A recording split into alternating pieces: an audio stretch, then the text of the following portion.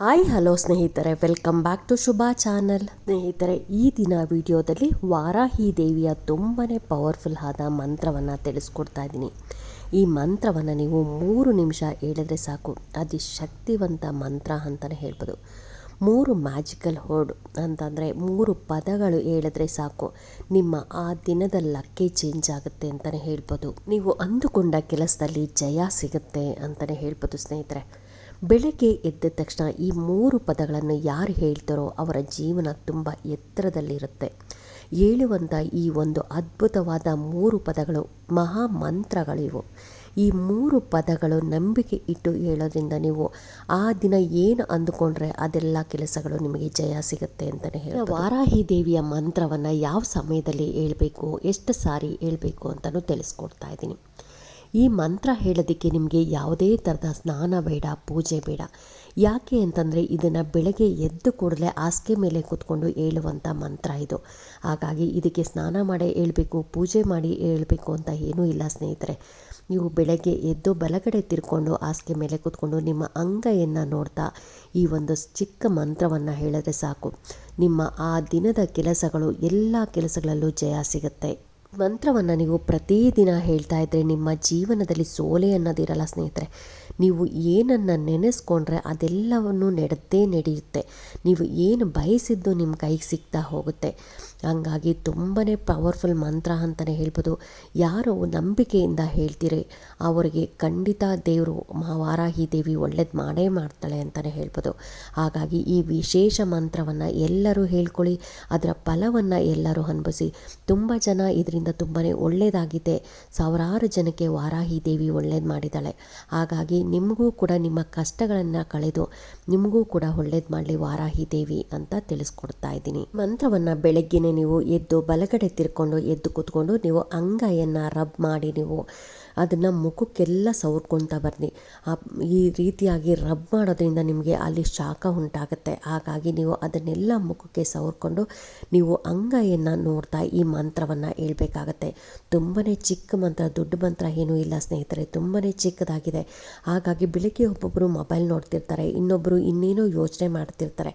ಹಾಗಾಗಿ ಬೆಳಗ್ಗೆ ಎದ್ದ ತಕ್ಷಣ ನಾವು ಈ ವಾರಾಹಿ ದೇವಿಯ ಮಂತ್ರವನ್ನು ಹೇಳೋದ್ರಿಂದ, ಈ ವಾರಾಹಿ ದೇವಿಯ ಮಂತ್ರದಿಂದ ನೀವು ಆ ದಿನ ಪ್ರಾರಂಭ ಮಾಡೋದ್ರಿಂದ ನಿಮಗೆ ತುಂಬಾ ಒಳ್ಳೆಯದಾಗುತ್ತೆ. ನೀವು ಏನು ಅಂದುಕೊಂಡ್ರೆ ಆ ಕೆಲಸ ಎಲ್ಲ ಜಯ ಸಿಗುತ್ತೆ. ಆ ದಿನ ನೀವು ಏನು ಅಂದುಕೊಂಡ್ರೂ ಸಾಕು, ಆ ಕೆಲಸದಲ್ಲಿ ಜಯ ಸಿಗುತ್ತೆ.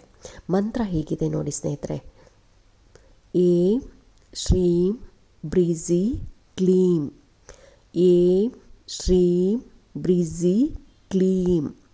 ಏಂ ಶ್ರೀಂ ಬ್ರೀಝಿ ಕ್ಲೀಂ.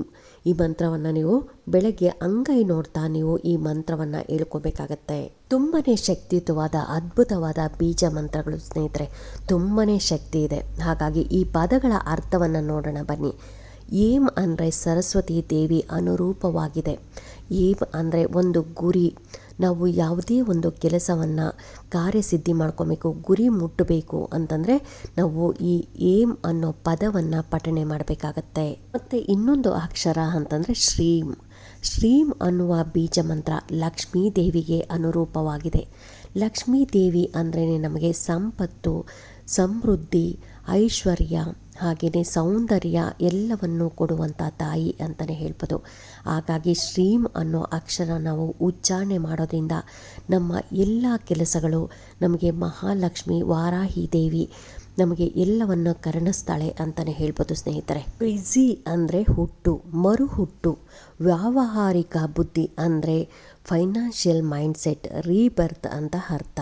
ಬ್ರೀಝಿ ಅಂದರೆ ಹುಟ್ಟು, ಮರು ಹುಟ್ಟು. ವ್ಯಾವಹಾರಿಕ ಬುದ್ಧಿ ಅಂದರೆ ಫೈನಾನ್ಷಿಯಲ್ ಮೈಂಡ್ ಸೆಟ್, ರೀಬರ್ತ್ ಅಂತ ಅರ್ಥ. ನಾವು ಯಾವುದೇ ಫೈನಾನ್ಷಿಯಲಲ್ಲಿ ಅಥವಾ ನಾವು ಯಾವುದೇ ಒಂದು ವ್ಯವಹಾರ ಮಾಡ್ತಾಯಿದ್ರಿ ಅದರಲ್ಲಿ ನಾವು ಉತ್ತುಂಗಕ್ಕೆ ಏರಬೇಕು, ಉನ್ನತ ಸ್ಥಾನಕ್ಕೆ ಹೋಗಬೇಕು ಅಂದರೆ ಈ ಬ್ರೀಝಿ ಅನ್ನೋ ಒಂದು ವರ್ಡನ್ನು ನಾವು ಆವಾಗವಾಗ ಉಚ್ಚಾರಣೆ ಮಾಡ್ತಾನೆ ಇರಬೇಕು ಸ್ನೇಹಿತರೆ. ಇನ್ನು ಕ್ಲೀಮ್. ಕ್ಲೀಮ್ ಅನ್ನೋ ಮಂತ್ರವು ಕಾಳಿ ಮಾತೆಗೆ ಅನುರೂಪವಾಗಿದೆ. ಈ ಮಂತ್ರಕ್ಕೆ ತುಂಬಾ ದೊಡ್ಡ ಶಕ್ತಿ ಇದೆ. ಜನರನ್ನು ಜನರನ್ನು ಆಕರ್ಷಣೆ ಮಾಡುವಂಥ ಶಕ್ತಿ, ಜನರನ್ನು ಒಂದುಗೂಡಿಸುವಂಥ ಶಕ್ತಿ ಅಂತಲೇ ಹೇಳ್ಬೋದು. ಈಗ ತುಂಬ ಜನಕ್ಕೆ ಅಣ್ಣ ತಮ್ಮಂದ್ರಲ್ಲಿ ಜಗಳ ಆಗ್ಬೋದು, ಅಕ್ಕ ತಂಗಿಯರಲ್ಲಿ ಜಗಳ ಆಗ್ಬೋದು, ಅಥವಾ ಪಾರ್ಟ್ನರ್ಶಿಪ್ ಏನೋ ಒಂದು ಕೆಲಸ ಮಾಡ್ತಿರ್ತಾರೆ ಅದರಲ್ಲಿ ಜಗಳ ಆಗ್ಬೋದು, ಅಥವಾ ಮನೆಯಲ್ಲಿ ಪ್ರತಿ ಸಣ್ಣ ಸಣ್ಣ ವಿಷಯಕ್ಕೂ ಜಗಳ ಆಗ್ತಾ ಇರುತ್ತೆ, ಅಥವಾ ಅಣ್ಣ ತಮ್ಮಂದ್ರಲ್ಲಿ ಅಥವಾ ಗಂಡ ಹೆಂಡತಿರ ನಡುವೆ ಭಿನ್ನಾಭಿಪ್ರಾಯ ಹೆಚ್ಚಾಗಿರುತ್ತೆ.